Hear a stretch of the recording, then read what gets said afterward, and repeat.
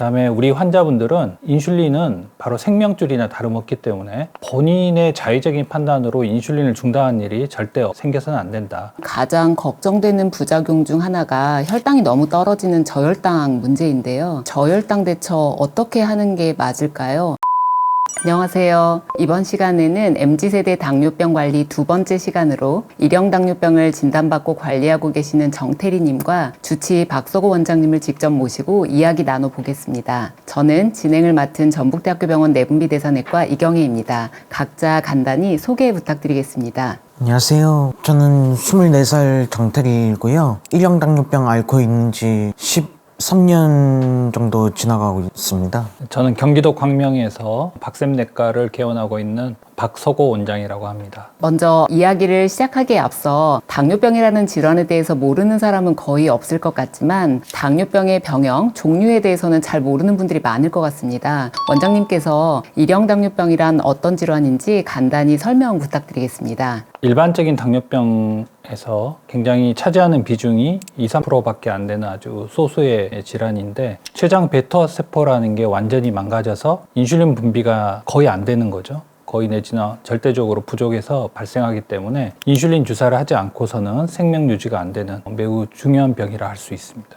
정태리님은 일형 당뇨병을 언제 어떤 상황에서 진단받게 되셨는지요? 초등학교 건강검진 통해서 소변에서 당백뇨가 나온다는 걸 처음 알게 돼가지고요. 가족들과 함께 병원에 가서 진단받게 되었습니다. 진단을 받기 전에 일형 당뇨병에 대해서 들어본 적 있으신지요? 당뇨병이란 것 자체도 그 당시에는 잘 모르고 있었었고요. 초등학교 6학년 때 됐을 때쯤에 그냥 어느 정도 어떤 병이다라는 개념만 알게 됐습니다. 처음 진단을 받으셨을 때는 굉장히 놀라셨을 것 같은데요. 어떤 마음이셨을까요? 처음에는 아무것도 모르고 있어가지고 무덤덤하다가 점점 시간이 지나면서 몸에 이상 느끼고 그러면서 심각성을 알게 되었고요. 정확하게 느끼게 된 건 중학교 1학년 때였는데요. 어느 날 갑자기 그 응급실에 가게 된 적이 한 번 있었습니다. 아, 내 몸이 진짜 안 좋구나 이렇게 생각이 들기 시작했습니다. 원장님, 보통 비만하거나 운동을 하지 않고 식습관이 좋지 않을 때 당뇨병이 생긴다라고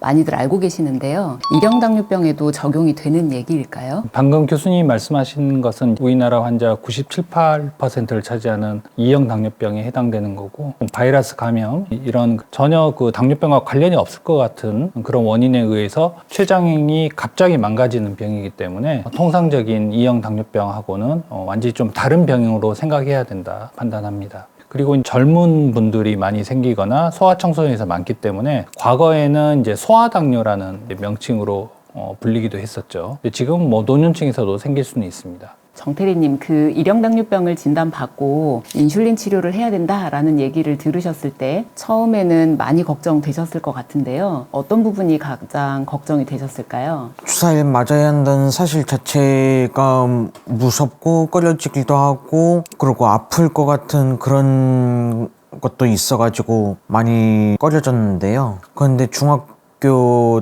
때부터 응급실을 간다던가 아니면은 병원에 입원을 한다던가 그런 경우가 덜어 있었어 가지고요. 겪고 나서 인슐린에 대한 중요성을 느끼게 되고 불편함보다는 인슐린을 맞아야겠다는 생각을 더 하게 되었습니다. 네, 원장님, 그 일형 당뇨병을 처음 진단받게 되면 정태리님처럼 많은 환자분들이 처음엔 걱정도 하고 당황도 하고 또 이렇게 인슐린 치료를 규칙적으로 못하게 되면서 응급실을 방문하는 상황들이 생길 수 있는데요. 처음 진단을 받은 일형 당뇨병 환자분들에게 전하고 싶은 말씀이 있다면 부탁드리겠습니다. 일형 당뇨병이란 병을 처음에 이제 진단받게 되면 굉장히 당혹스러우실 텐데요. 그래서 저는 권고드리는 게 처음 진단을 받게 되면 가급적이면 체계적인 교육이 가능한 대학병원 진료를 처음에는 꼭 받으면 좋겠다. 그래서 물론 이제 동네 의원에서도 받을 수도 있겠지만은 약만 처방 가지고 쉽게 관리할 수 있는 병이 아니기 때문에 처음에는 대형 병원에 꼭 내분비내과 진료를 받았으면 좋겠다 하는 걸 권고드리고요. 그다음에 우리 환자분들은 인슐린은 바로 생명줄이나 다름없기 때문에 본인의 자의적인 판단으로 인슐린을 중단하는 일이 절대 생겨서는 안 된다. 물론 허니문 시기라 해서 인슐린 없이도 관리할 수 있는 기간이 잠깐 있을 수 있지만 그걸 마치 이제 당뇨병이 없어졌다고 착각하지 말고 인슐린 중단은 꼭 의사랑 상의해서 줄이거나 이제 중단할 수 있도록 하기를 이제 부탁드립니다. 일형 당뇨병은 인슐린 치료가 말씀 주신 것처럼 필수이자 유일한 치료 방법인데요. 현재 정태리님은 어떤 방법으로 인슐린 치료를 하고 있으신지요? 인슐린 치료를 식사 전에 자기가 먹을 식사량에 관해서 생각을 하고 꼭 그만큼에 대해 놓거나 아니면은 의사 선생님이 정해주신 그 양 정도로 놓거나 하고 있는데요. 중간중간에 몸 상태가 안 좋거나 뭔가 이상하다는 느낌이 들면은 혈당 체크를 하고 난 뒤에 만약 이상하거나 한 경우에만 더 넣거나 그런 적도 있습니다. 인슐린을 외부에서 투여하는 거에 대해서 어려움을 느끼신 적은 없으실까요? 중학교, 고등학교를 다니면서 인슐린을 넣기 시작했는데요. 그때 당시에는 외부로 나간 경우도 여러 많고 학교 생활하면서 무조건 한 번씩은 꼭 놔야 하는 경우이기에 점심시간마다 그 의무실을 많이 왔다 갔다 하면서 하는지라 좀 불편한 점도 많았고요. 예를 들어 점심시간을 다른 반 친구들에 비해 늦게 먹는다든가 그런 경우도 좀 여러 많았습니다. 성인 되면서부터 그런 문제점은 별로 못 느끼게 됐고요. 대신에 인슐린을 놓고 다니는 그런 경우가 몇 번 발생했을 경우에는 그날 하루 동안 많이 불편하거나 아픈 경우가 좀 있었습니다. 네, 원장님, 실제로 일형 당뇨병인 학생들 그리고 직장 생활을 하는 젊은 환자분들은 비슷한 어려움을 말씀하시는 경우를 진료를 하실 때 종종 경험하셨을 것 같은데요. 그럴 때 어떤 방법을 저희가 고려할 수 있도록 안내할 수 있을까요? 우선 이제 학교 다닐 때는 보건교사 선생님이 계시거든요. 그래서 담임 선생님과 동시에 꼭 보건교사 선생님께 말씀드리고 어떤 치료를 받고 있는지, 그러면 보건교사 선생님이 그 학교 상황에 맞는 적절한 방법을 잘 알려주실 거라 생각합니다. 직장 생활이 사실 더 이제 어렵다고 할 수 있는데 학생 때는 어떤 그 교과 일정 같은 게 미리 예측 가능하게 돌아가지만 직장 생활이란 게 꼭 자기가 그 예측한 대로 돌아가지 않기 때문에 저는 이제 손 씻기를 꼭 밥 먹기 전에 잘 하자 이런 걸 당부드리는데, 손을 씻는 곳이라면 뭐 화장실이 될 수도 있지만 되게 인슐린 주사를 놓기가 좀 편하기 때문에 손을 씻고 식사 직전에 꼭 주사를 하고 그다음에 식사를 하는 습관을 들이면은 되게 이제 자연스럽고 주변의 시선도 크게 의식하지 않아도 되지 않을까 생각합니다. 인슐린을 잘 투여하고 저혈당을 예방하기 위해서 식사요법이 또 무엇보다 중요한데요. 정태리님, 일상생활 하면서 식이 조절 관련해서 실질적으로 가장 어려운 점은 어떤 점을 들 수 있을까요?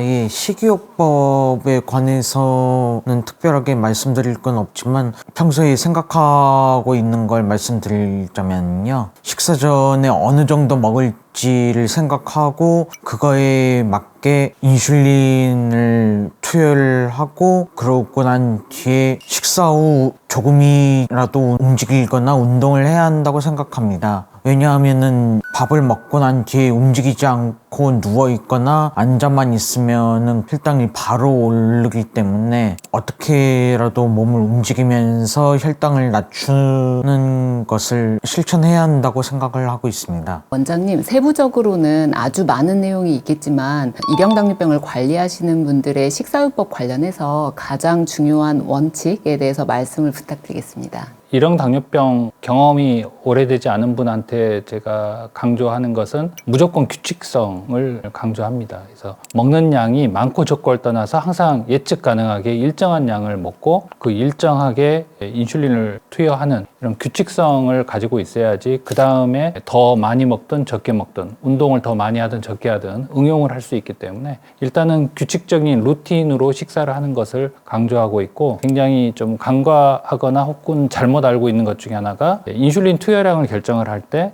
탄수화물, 즉 밥, 빵, 면 이런 것에 맞춰야 되는데, 예를 들어서 고기만 많이 먹었는데 식후 인슐린을 맞았다가 이제 저혈당이 오는 경우를 종종 봐서 탄수화물 양을 기준으로 식후 인슐린 투여량을 결정한다. 굉장히 중요하다고 생각합니다. 이 식사요법에 대해서는 할 말이 굉장히 많은데 당뇨병의 정석 같은 채널에 자세하게 나와 있으니까 그걸 많이 이용하시면 좋겠습니다. 인슐린 치료가 반드시 필요하지만 가장 걱정되는 부작용 중 하나가 혈당이 너무 떨어지는 저혈당 문제인데요. 정태리님은 치료하시는 과정 중에 저혈당 경험이 있으신지요? 식사 후 인슐린을 많이 맞는 것 때문에 종종 있었는데요. 그럴 경우에는 그 박석호 선생님이 알려주신 것처럼 과일 사탕이나 요구르트나 그런 것들 먹어가지고 혈당을 올리거나, 아니면 사과 반쪽이라든가 그 정도의 당을 섭취해서 혈당을 올려주거나,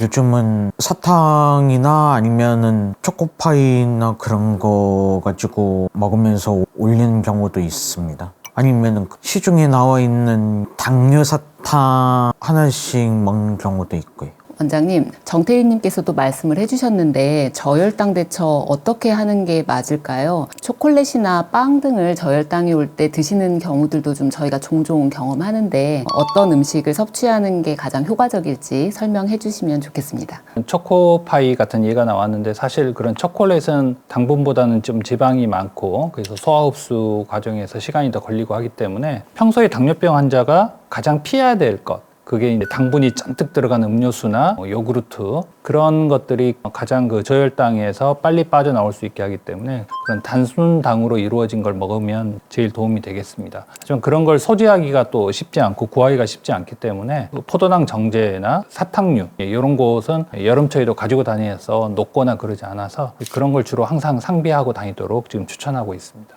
그리고 이런 그 저혈당 자체를 빠져들지 않도록 하기 위해서는 연소혈당 측정기라는 아주 좋은 방법이 있으니까, 연소혈당 측정기를 2형 당뇨병 환자는 또 정부에서 다 보험을 해주고 그걸 부착을 해서 저혈당 빠지는 걸 미리 예측하고 미리미리 대응을 한다면은 무리한 당분 섭취를 하지 않아도 되지 않을까 생각합니다. 정태리님은 연소혈당 측정기를 사용하고 계신가요? 예. 지금도 연속혈당 측정기를 부착하고 있는데요. 이 연속혈당 측정기를 처음 달 당시에는 내 몸에 기계를 단다는 것 자체에 거부감이 있고 무섭기는 했지만, 막상 달고 나고 난 뒤에는 여러모로 좋은 점이 많았습니다. 예를 들어 내가 지금 저혈당인지 고혈당인지 아니면은 정상혈당 안에 들어있는지에 대한 정보를 바로바로 확인을 할 수가 있고요. 저혈당이거나 고혈당일 경우 내가 어떻게 대처를 해야 하는지 그런 것도 바로바로 확인을 하고 대처를 할 수 있기에 그런 점이 많이 좋은 것 같습니다. 네, 이제 마지막 질문을 좀 제가 드려보고자 합니다. 정태리님, 1형 당뇨병을 치료하고 있다는 사실을 주변에서 많이들 알고 계시는지, 아니면 알리기에 좀 부담되는 측면이 있으셨는지가 궁금합니다. 초반에는 당뇨병이라는 사실을 굳이 알려야 하는지 이런 의문점이나 아니면 주변에 대한 눈초리가 많이 신경이 쓰였는데요. 하지만 시간이 지나고 나면서 주변에서도 나에 대한 긴급한 상황이